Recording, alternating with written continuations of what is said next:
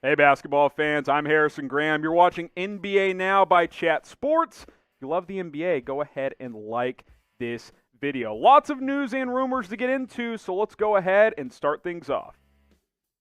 How about Mo Bamba? Could he be heading to the Los Angeles Lakers as we start with some Lakers news and rumors here? There's been some chatter around these two parties. A report coming out of the New York Post, Mark Berman had this one, that the Lakers have interest in acquiring Bamba from Orlando. Now, keep in mind, Anthony Davis is banged up. More on an injury update there in just a few minutes, but Bamba has kind of been phased out of the Magic's rotation. Skilled big man, that's why he was the number 6 pick in the 2018 NBA draft, but he's dealt with some injuries. I know he missed some games with the COVID protocols earlier this year, and now he's playing literally less than 9 minutes per game this season for Orlando, which is surprising considering how highly they drafted him just a couple of years ago, and the fact that they've had some injuries this year. I can't believe he's played this little. Now, they have a lot of bigs. They've got Nikola Vucevic, obviously, but 5-4 in just 9 minutes per game. He's shooting over 51% from the field. I'm surprised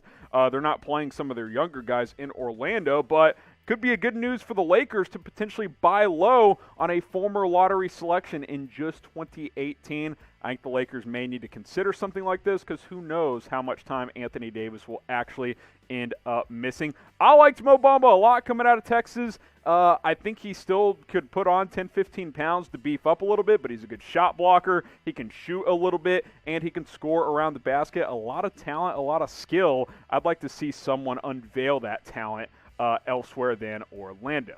So name a player the Lakers should trade for. Go ahead and let me know down in the comments. What do you think on this one?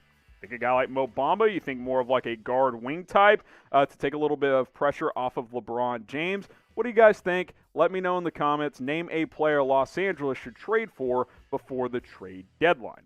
Okay, you look at the front court, and the reason I'm kind of shifting toward a thought of trading for a big like a Mo Bamba or someone like that is Anthony Davis is banged up. You know he's a superstar. But after that, I mean, it's kind of thin. There's a couple of other guys not listed here toward the back end of the roster. But Montrezl Harrell, he's been okay. Not nearly as effective as he was with the Clippers, and we know he's not that good on defense.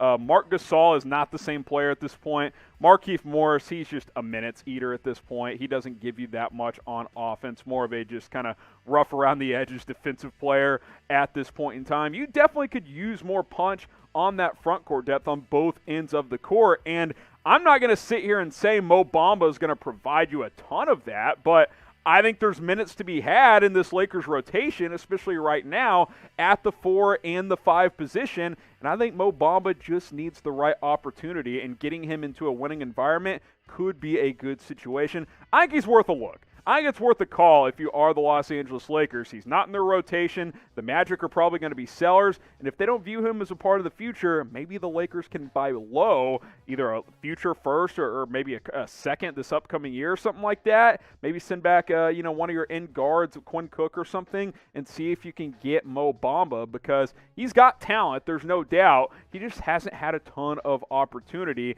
and he's definitely dealt with some injuries throughout the early portion of his career. 7 feet, 230, and he's got legitimate skills. It's not just he's a guy, he's not, Boban for the Mavs who's just eating up space in the paint. He's a guy who's got some real skill, can shoot, can move, can block shots. I like Mo Bamba's game. I just think he needs a fresh start. Should the Lakers trade for Mo Bamba? Type Y for yes, type N for no. If you're watching on our Lakers only channel, obviously answer the question and get subscribed at youtube.com/LakersTV.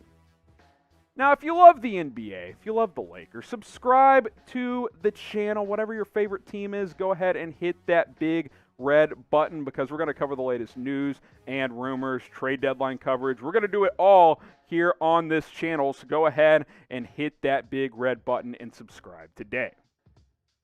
Let's get into the latest injury news around Anthony Davis. I know we've covered this a couple of times recently, but we continue to get new information. He was reevaluated once again on Thursday for his calf strain, and now the Lakers are going to say he will miss the next 4 weeks, and it sounds like at least the next 4 weeks. Last time we mentioned this, which was a few days ago, it sounded like it would be 2 to 3 weeks, but now LA, Frank Vogel, they say it's going to be at least 4 weeks there. And I would gander to say maybe even longer, because this is starting to feel like Kevin Durant territory, where the Achilles was sore, he came back, he had a calf strain, he came back, and then he popped the Achilles. And that is obviously not what you want if you are the Los Angeles Lakers. Here's what Frank Vogel had to say. We just want to put this fully behind him and be conservative with it, just to make sure that he's fully healed before he's back. And like I alluded to, the last thing you want here is a KD situation where you force the guy back too early. Now, obviously, Durant, it was in the playoffs, so it was kind of a risk-reward thing. If he could have come back and tried to win another title with the Warriors, it would have been worth it. But with AD, you're still in the first half of the regular season. If it takes 2 months, you do it, because you cannot afford your still young superstar to tear his Achilles, not only for this year, but for the next few years as well. Obviously, Durant has come back and looks great post-Achilles, torn Achilles, but you'd rather not mess with that. You'd rather not find out if AD can be the same guy after an Achilles tear. So I think you take this slow. I think you take your time. If the Lakers slip slightly in the standings because of this, I think it's going to be okay. They've won a lot of games without AD. Obviously, they're not going to be as dominant of a force as they normally would be, but I just am going to continue to preach caution if I am the Los Angeles Lakers. Now, you got to be impressed with what the Jazz continue to do, but the Lakers are right there at 22-8. Maybe the Clippers jump them over this next month, but I would say at worst the Lakers are going to fall down to 3 or 4, because I think they can keep that gap between them and Portland and the Suns, and then you get after Phoenix. It's really a deep dive there. I don't see the Spurs, who have been one of the surprising teams, move up anymore at this point. Warriors, Nuggets, obviously you got the Mavs and some other teams at 9 and below. I think at worst the Lakers are still a top 4 seed type of team by the time Anthony Davis returns. And if you followed LeBron's career at all, he doesn't need the number 1 seed. He doesn't need the number 2 seed. Get him a top 4 seed, home court in the first round. It's going to be fine. Fans aren't even in arenas anyway for the most part. What seed will the Lakers be when Davis returns? Right now they're the number 2 seed. I'll say 3. I'll say the Clippers jump them for now by the time Davis gets back. But I think they'll be top 3, and then they'll make a big push during the second half of the season. We've got jerseys available for you guys on today's show. If you go to chatsports.com/NBA jerseys, tons of different jerseys for all of your favorite teams. We got Lakers jerseys, both traditional and alternate style. We got this sweet LaMelo Ball jersey. I know a lot of you guys are fans of him. Celtics, Mavs, all kinds of jerseys available for you guys to go ahead and take advantage. I'm pretty sure we got some Warriors jerseys too. I know we do for a fact. All 30 teams, tons of players on those teams. Pick your favorite one, pick your favorite style. Chatsports.com/NBA jerseys. That link will be in the comments. It'll be in the description. All you got to do is click and shop and pick up your favorite jersey today. We even got James Harden Nets jerseys already, because we're ready to rock. Chatsports.com/NBA jerseys. Some of these are on sale as well, so go ahead and check them out.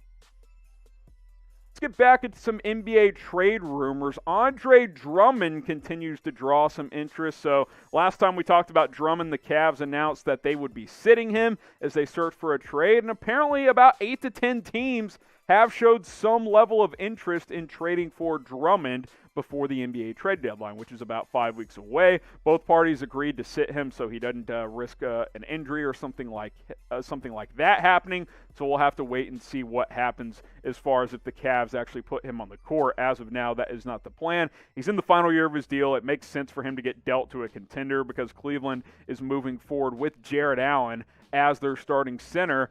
I think that Andre Drummond can offer a lot to a contending team. He's a double-double machine. I know he's more of a old-school center. He's not going to give you a lot of floor spacing, but maybe these are inflated numbers because the Cavs aren't very good, but I can give you 13, 14 points, 10 to 12 rebounds on a contending type of team and clean up the glass for you. Now, he's not a great defender, not a great shot blocker or anything like that, but Andre Drummond has some value. I think he'll get traded.